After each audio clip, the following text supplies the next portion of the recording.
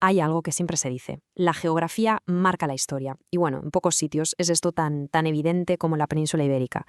Pensemos un momento, es que es un puente natural entre África y Europa, y a la vez una especie de guardián que separa el Mediterráneo del Atlántico, o sea, una auténtica encrucijada. Y es justo esa posición, esa geografía tan particular, la que es la clave para entender todo lo que pasó aquí. Así que nada, vamos a meternos de lleno en esta historia fascinante. A ver, miremos este mapa. Es que es alucinante. Esto no es España y Portugal, claro, es un mosaico, un auténtico tapiz de pueblos y de culturas. Vemos por ahí íberos, celtas, celtíberos, galaicos, un montón. La pregunta es obvia, ¿no? ¿Cómo es posible? ¿De dónde sale toda esta diversidad?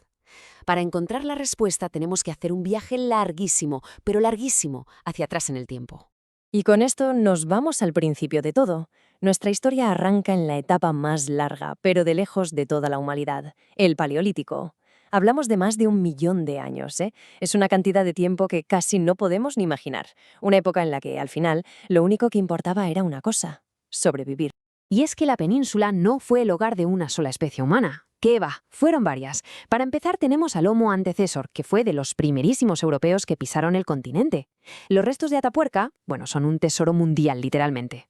Muchísimo tiempo después llegaron los neandertales, que eran súper robustos y, ojo, ya tenían una vida social bastante compleja. Y por último llegamos nosotros, el Homo sapiens, con una tecnología y una capacidad de crear símbolos que lo cambiaron todo.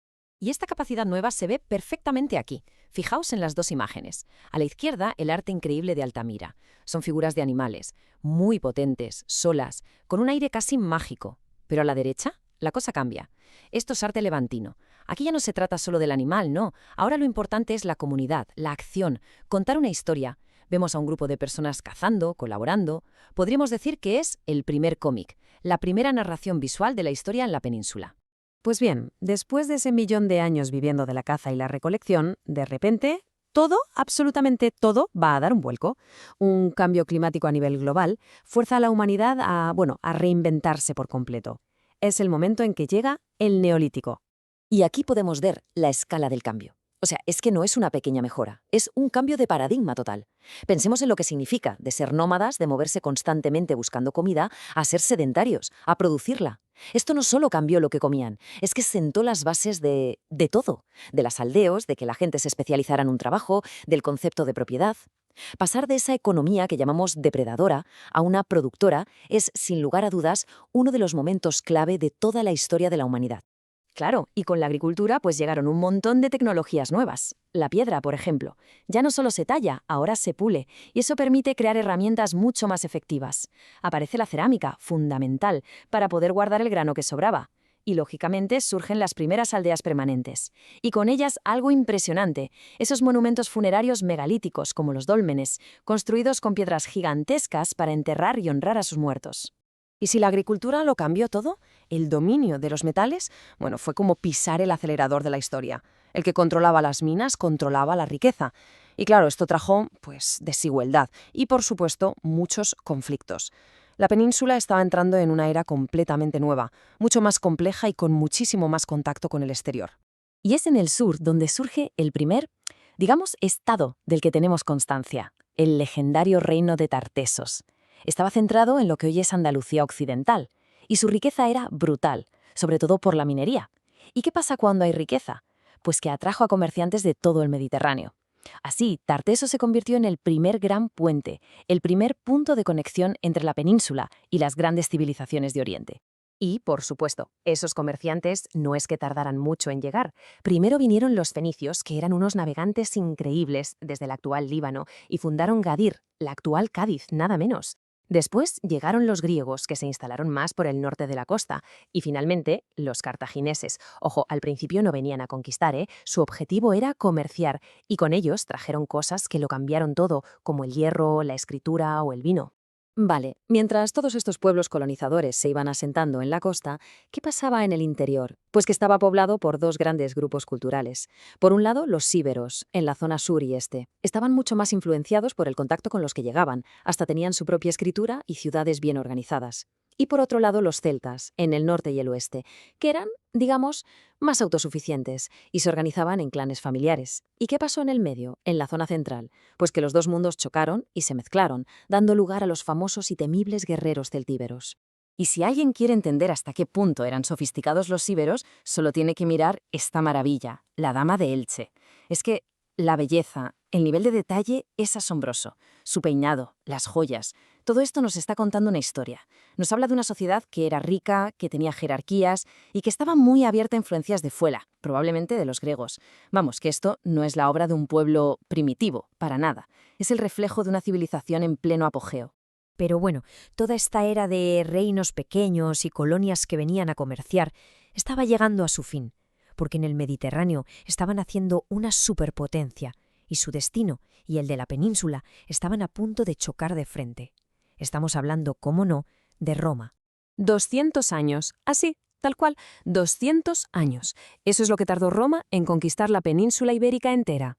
O sea, que nadie piense que fue un paseo militar, ni mucho menos. Fue una conquista larguísima, brutal y muy, muy costosa. Y lo más curioso es que empezó casi sin querer como una especie de frente secundario en su guerra a muerte contra su archienemigo, Cartago. Esta conquista podemos dividirla en 3 fases muy claras. Primero, echar a los cartagineses. Con eso ya se quedaron con el control de toda la costa mediterránea. La segunda fase fue muchísimo más dura, la campaña para dominar el interior. Aquí es donde nos encontramos con historias de resistencia increíbles, como la de Numancia, que se convirtió en leyenda. Y finalmente, la tercera fase, ya con el emperador Augusto al mando, fue la de someter a esos pueblos del norte que parecían imposibles de conquistar, los cántabros y los astures. Pero aquí viene lo más importante. Roma no conquistó solo con sus legiones, con la espada. Su arma más poderosa, a la larga, fue la cultura. A este proceso, seguro que suena, lo llamamos romanización. Y no es otra cosa que la integración de todos los pueblos de la península en el modo de vida romano. Un proceso que, de verdad, lo cambió absolutamente todo y para siempre. ¿Vale? ¿Y cómo lo hicieron exactamente? Pues se basaron en varios pilares que transformaron la vida de la gente por completo. Primero, su lengua, en latín, que es la madre de los idiomas que hablamos hoy aquí. Luego, su derecho, el derecho romano, que puso unas reglas de juego claras para todos. Construyeron una red de ciudades y de calzadas espectacular, que todavía usamos hoy en día. Le dieron la vuelta a la economía para que sirviera al imperio, sí, pero eso también trajo una prosperidad nunca vista. Y por último, el cristianismo, que con el tiempo se convirtió en la religión oficial y unificó la península también en lo espiritual. Al final fue un éxito porque para muchísima gente ser romano era sencillamente una oportunidad de tener una vida mejor y más segura. El Imperio Romano parecía que iba a durar para siempre, ¿verdad? Pues no. A partir del siglo III, la cosa empezó a torcerse. Empezó a mostrar unas grietas, unos signos de debilidad muy, muy serios. Y con esto, sin que nadie lo supiera, se estaba preparando el escenario para la siguiente gran transformación de la península. Las causas de esta crisis fueron muchas, claro, no fue una sola cosa. Por un lado, la economía se estancó. Al dejar de conquistar, dejaron de llegar esclavos, y eso era el motor de su producción. Políticamente, era un caos. El poder del emperador era cada vez más débil, y había luchas constantes. Y para rematar, en las fronteras, la presión de otros pueblos, a los que los romanos llamaban bárbaros, era cada vez más y más fuerte. La tormenta perfecta, vaya. A ver, que quede claro. La caída de Roma no fue como en las películas, no pasó de un día para otro. Fue un proceso de desintegración lentísimo. Mientras el poder central en Roma se iba, deshaciendo, nuevos pueblos empezaron a cruzar los Pirineos. Hablamos de los vándalos, los suevos y, sobre todo, de los visigodos. Y es importante entender que no venían solo a destruir, venían buscando un sitio donde asentarse. Ellos iban a ser los protagonistas del siguiente capítulo de esta historia.